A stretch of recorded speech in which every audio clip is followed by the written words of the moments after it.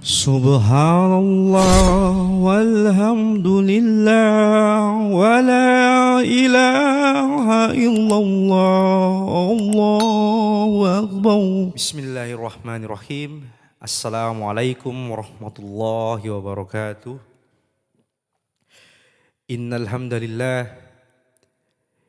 hamdalillah nahmaduhu wa nasta'inuhu wa nastaghfiruh wa nu'minu bihi wa natawakkalu alayhi wa na'udzu billahi min syururi anfusina wa min sayyiati a'malina may yahdihillahu fala mudilla lahu wa may yudhlilhu fala hadiya lahu. Asyhadu an la ilaha illallah wahdahu la syarika lahu wa asyhadu anna Muhammadan abduhu wa rasuluh la nabiyya ba'da. Teman-teman, sahabat-sahabat hijrah, Allah itu maha pencemburu, teman-teman. Allah itu maha pencemburu. Jadi jika ada di dalam hati kita, kita mencintai sesuatu, maka pasti dan pasti Allah akan mengambil itu dari hati kita, hadirin sekalian. Allah maha pencemburu. Allah tidak mau di dalam hati kita itu ada dua orang selain Allah. Kalau di dalam hati kita ada dunia, ada mobil kita, ada rumah kita, maka Allah tidak akan masuk ke dalam situ. Allah tidak mau disandingkan dengan apapun. Allah ingin menjadi satu-satunya di dalam hati kita. Jadi teman-teman sekalian, hasbunallah. Tidak ada yang lebih berharga daripada Allah. Jika kita sudah benar-benar mencintai Allah, maka kita akan mampu mencintai segala sesuatunya karena Allah. Hasbunallah. Tidak ada yang lebih berharga dari Allah. Jadi jika kita memberikan hati kita kepada selain Allah terlebih dahulu, maka pasti dan pasti kita akan kecewa, teman-teman sekalian. Yakin? Kalau kita memberikan hati kita terlebih dahulu kepada makhluk daripada kepada Allah, pasti dan pasti kita akan kecewa. Jadi berikan hati kita dulu kepada Allah, nanti biar Allah yang akan memberikan hati kita kepada siapa yang pantas untuk menerimanya. Subhanallah. Jadi cari perhatiannya sama Allah saja. Kita cari perhatian sama Allah saja. Bikin Allah jatuh cinta sama kita. Cari perhatian sama Allah. Berusaha saja bikin sesuatu supaya Allah bisa cinta sama kita. Berusaha bagaimanapun caranya kita cari cara supaya Allah bisa cinta sama kita. Kenapa? Karena kalau sudah Allah Azza wa Jalla yang cinta sama kita, maka terjaminlah hidup kita. Maka selamatlah kehidupan kita. Maka cukuplah rezeki kita. Maka selamatlah kehidupan akhirat kita. Kalau Allah cinta sama kita. Jadi cari saja cara supaya Allah cinta sama kita, hadirin sekalian. Allah Subhanahu wa taala berfirman dalam Al-Qur'an, Allah katakan, barang siapa yang bertawakal, barang siapa yang bertakwa kepadaku, maka aku akan memberikan jalan keluar dari segala masalahnya. Aku akan memberikan jalan keluar dari segala masalahnya, dari segala musibah yang menimpanya. Lalu aku akan berikan rezeki dari arah yang tidak diduga-duga. Aku akan berikan rezeki dari arah yang tidak diduga-duga. Hari ini rahmati Allah Subhanahu wa taala. Bagaimana cinta kita kepada Allah Subhanahu wa taala? Ketika Allah Subhanahu wa taala sudah ada dalam hati kita, maka tenanglah. Pasti tenang hati kita sekalian. Sekarang ini orang malas untuk mendekat kepada Allah karena apa? Karena tidak melihat hasilnya kan? Tidak melihat hasilnya. Orang-orang banyak ke pasar jualan itu karena apa? Karena tahu keuntungannya. Kenapa para pedagang datang ke pasar subuh-subuh? Karena dia tahu semakin cepat datang semakin banyak keuntungan yang didapat. Ya. Orang-orang mau melakukan sesuatu karena tahu apa yang bakal mereka dapatkan.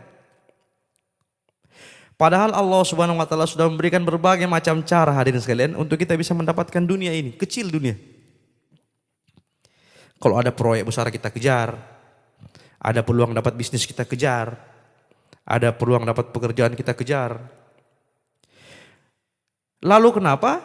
Allah sediakan media-media ini untuk kita bisa ke surganya Allah, kita tidak kejar. Bukankah sholat subuh, sholat sunnah sebelum subuh 2 rakaat sebelum subuh itu lebih baik daripada dunia dan seluruh isinya? Kenapa tidak kita kejar hadirin sekalian? Bukankah sholat duha itu dapat menyelamatkan kita dari musibah pada hari itu? Kenapa tidak kita kejar? Coba. Bukankah dengan bersedekah maka Allah akan melipat gandakan rezeki kita? Kenapa tidak kita kejar? Karena kita tidak melihat langsung hasilnya hadirin sekalian. Keyakinan kita masih kurang kepada Allah. Keyakinan kita masih sangat kurang kepada janji-janji Allah. Itu yang bikin kita tidak bersemangat untuk bikin Allah jatuh cinta. Buka lembaran baru dalam kehidupan kita teman-teman sekalian. Kita buka lembaran baru dalam kehidupan kita. Kalau kita pernah salah, hari ini kita salah, besok kita salah, tadi pagi kita salah. Yakin saja kalau kita bisa berubah. Yakin kalau kita bisa jadi lebih baik daripada hari ini. Kita ini manusia, kita bukan malaikat. Kita bukan nabi. Jadi ketika kita buat salah, datang lagi minta maaf sama Allah. Jangan sampai Allah benci sama kita. Kalau perempuan kita berusaha untuk bikin dia jatuh cinta, maka kalau kita ingin buat Allah jatuh cinta, kita harus lebih bekerja lebih keras lagi, hadirin sekalian. Teman-teman sekalian,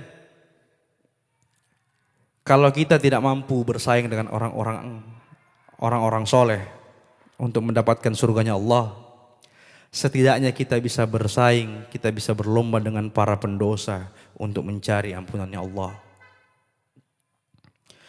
Allah mencintai kita dan sekalian, luar biasa cara Allah mencintai kita. Luar biasa.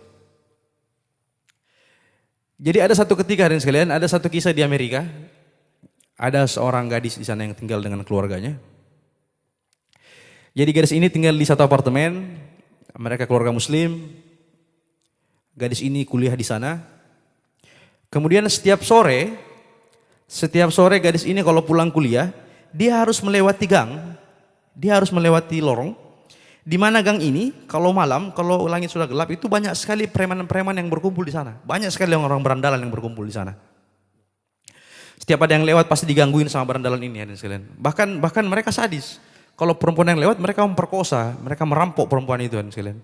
Dan itu terkenal sekali di situ. Mereka bergeng-geng, mereka banyak di situ. Para pemuda-pemuda ini. Allah menunjukkan bukti cintanya kepada si perempuan ini, perempuan muslimah ini. Jadi suatu ketika perempuan ini harus menyelesaikan tugas kampusnya sampai dia harus pulang agak malam, larut malam dia harus pulang. Dan mau tidak mau dia harus melewati lorong itu, gang itu. Begitu dia berada di ujung gang ini, dia sempat takut karena dia tahu kalau di situ sudah banyak pemuda. Dia lihat dari kejauhan sudah banyak pemuda-pemuda berandalan ini yang berkumpul sekalian. Sudah banyak berkumpul di situ. Dan pasti kalau perempuan pasti akan dijahati sama dia. Sudah sering sekali terjadi pemerkosaan di situ sekalian. Ketika dia lewat, dia mau putar balik juga ke rumah temannya jauh dari tempat itu. Kampus juga sudah tutup.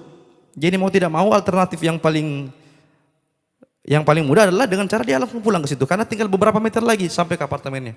Cuman halangannya ada di gang ini, hadirin sekalian. Lalu tiba-tiba ada satu perempuan yang tidak berhijab lewat ke gang itu, melewati si perempuan hijab tadi ini, melewati. Perempuan ini jalan duluan, yang tidak berhijab ini jalan duluan. Apa yang terjadi? Benar-benar seorang perempuan ini, hadirin sekalian, yang lewat tadi ini, yang tidak berhijab ini, dikepung oleh para preman-preman ini. Dikepung, dimasukkan ke dalam ruangan di sekitar situ, lalu diperkosa bergiliran. Nauzubillah min dzalik. Diperkosa bergiliran. Lalu perempuan ini yang berhijab ini berkata, "Ya Allah, Engkau menyuruhku untuk menjaga harga diriku, ya Allah. Engkau menyuruhku untuk menutup auratku sebaik mungkin, ya Allah. Engkau menyuruhku untuk menjaga baik-baik kehormatanku, ya Allah.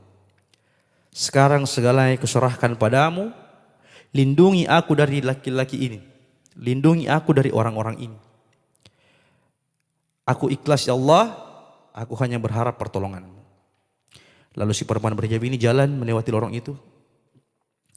Anehnya teman-teman sekalian, anehnya, begitu perempuan ini jalan, para pemuda ini seolah-olah menunduk, kan sekalian. Menunduk yang tidak mau melihat, seolah-olah takut dengan melihat perempuan ini. Mereka seolah-olah memalingkan wajahnya, tidak mau melihat perempuan berhijab ini yang lewat. Sampai perempuan ini terheran-heran. Loh, kenapa saya tidak diganggu? Dia berjalan terus. Para pemuda ini ada yang menunduk, ada yang membalikan mukanya, ada yang tidak mau melihat perempuan ini. Jadi perempuan ini berjalan terus sampai melewati gang itu. Kebetulan di depan apartemen perempuan ini ada kantor polisi, teman-teman. Berhadapan dengan kantor polisi. Lalu perempuan ini tidak langsung masuk ke rumahnya, tapi langsung ke kantor polisi. Dia melaporkan apa yang dilihat tadi. Dia lapor kepada polisi, Pak, tadi di sana sedang ada kriminal, ada perempuan yang diperkosa di dalam ruangan itu. Lalu seketika para polisi langsung ke sana dan memang benar terjadi, masih ditemukan wanita itu di situ korbannya. Lalu ditangkaplah pemuda-pemuda ini, teman-teman sekalian. Ditangkaplah pemuda-pemuda ini dan dibawa ke kantor polisi. Ketika dibawa ke kantor polisi, preman-preman ini melihat perempuan hijab itu masih ada di situ duduk di situ. Tapi kembali lagi seperti tadi, mereka memalingkan wajahnya, tidak mau melihat perempuan ini. Masya Allah, tidak mau melihat perempuan ini. Seolah mereka takut melihat perempuan ini.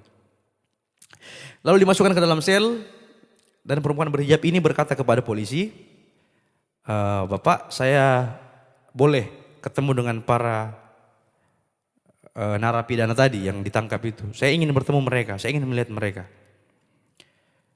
Saya takut nanti mereka keluar, mereka dendam dengan saya. Saya ingin bertemu mereka. Lalu polisi itu mengiyakan, oke, diantarlah perempuan berhijab ini ke selnya orang-orang ditangkap tadi ini. Sama lagi teman-teman sekalian, begitu sampai depan sel, si preman-preman ini, laki-laki semua ini pada menunduk, tidak mau melihat lagi perempuan ini, tidak mau melihat lagi. Lalu perempuan ini bertanya, kenapa kalian tidak memandangku? Kenapa kalian tidak mau melihatku? Kalian pasti sudah tahu kalau akulah yang melaporkan kalian. Akulah yang melaporkan tindak kriminal kalian yang tadi kalian lakukan di sana. Lalu si salah satu dari lelaki ini berkata, iya, kami tahu kalau kamu yang melaporkan. Lalu perempuan ini bertanya, kenapa kau tidak mau berbicara dan melihat muka aku? Katanya seperti itu. Lalu pemuda ini berkata, kami takut. Kami bukan takut kepadamu. Tapi dari tadi, sejak kau lewat di lorong itu, banyak sekali orang bersorban tinggi besar putih mengikutimu berjalan. Banyak sekali. Sampai sempit sekali lorong itu. Itu yang bikin kami takut. Dan sampai detik ini, para pemuda besar-besar itu masih ada di belakangmu sampai sekarang. Makanya kami tidak berani melihat kepadamu. Masya Allah. Tidak masuk akal teman-teman sekalian. Hal yang tidak masuk akal. Tapi itulah pertolongan Allah. Itulah bukti cintanya Allah kepada perempuan. Itulah bukti cinta Allah kepada makhluknya yang benar-benar mencintai Allah. Allah kasih pertolongan yang tidak terduga-duga. Tidak masuk di logika kita. Tidak masuk logika. Sama sekali tidak masuk di pikiran. Tidak terlihat. Tapi pala berandal ini bisa melihat orang tinggi-tinggi besar menjaga perempuan ini. Begitulah bukti cinta Allah. Allah memberikan pertolongan dari arah yang tidak terduga-duga, hadirin sekalian. Perempuan ini langsung kaget seketika dan menceritakan kepada keluarganya apa yang dialaminya. Bukti cinta Allah. Bikin Allah jatuh cinta. Bagaimana kita bisa berusaha bikin Allah jatuh cinta sama kita. Hadirin rahmati Allah Subhanahu wa taala. Kalau sudah Allah yang cinta sama kita, selamat kita. Pasti. Allah yang menguasai langit dan bumi pasti menyelamatkan kita kalau Allah sudah cinta sama kita. Jadi jangan hanya kejar cinta makhluk saja. Kejar cintanya Allah. Dapatkan Allah, dapatkan segala-galanya. Kehilangan Allah, kehilangan segala-galanya. Lebih baik kita kehilangan sesuatu karena Allah daripada kita kehilangan Allah karena sesuatu. Semoga apa yang kita dengar hari ini bisa jadikan lagi kita kesan dalam hati kita, bisa kita amalkan, bisa kita sampaikan kepada teman-teman kita, bisa kita ceritakan. Jadikan motivasi untuk kita berbenah diri lagi jadi lebih baik. Bisa meningkatkan lagi jazbah kita untuk beramal, meningkatkan lagi keimanan kita kepada Allah. Kalau bukti cinta Allah kepada kita tidak main-main hadirin sekalian. Allah bisa menyelamatkan kita dari apapun kalau Allah cinta sama kita. Terima kasih teman-teman sekalian. Demi sempurnanya majelis ini kita tutup dengan doa kifaraah majelis. Subhanallah bihamdi subhanallah bihamdika asyhadu an la ilaha illa anta astaghfiruka wa atubu ilaik. Assalamualaikum warahmatullahi wabarakatuh. Subhanallah walhamdulillah wa la ilaha illallah Allahu akbar.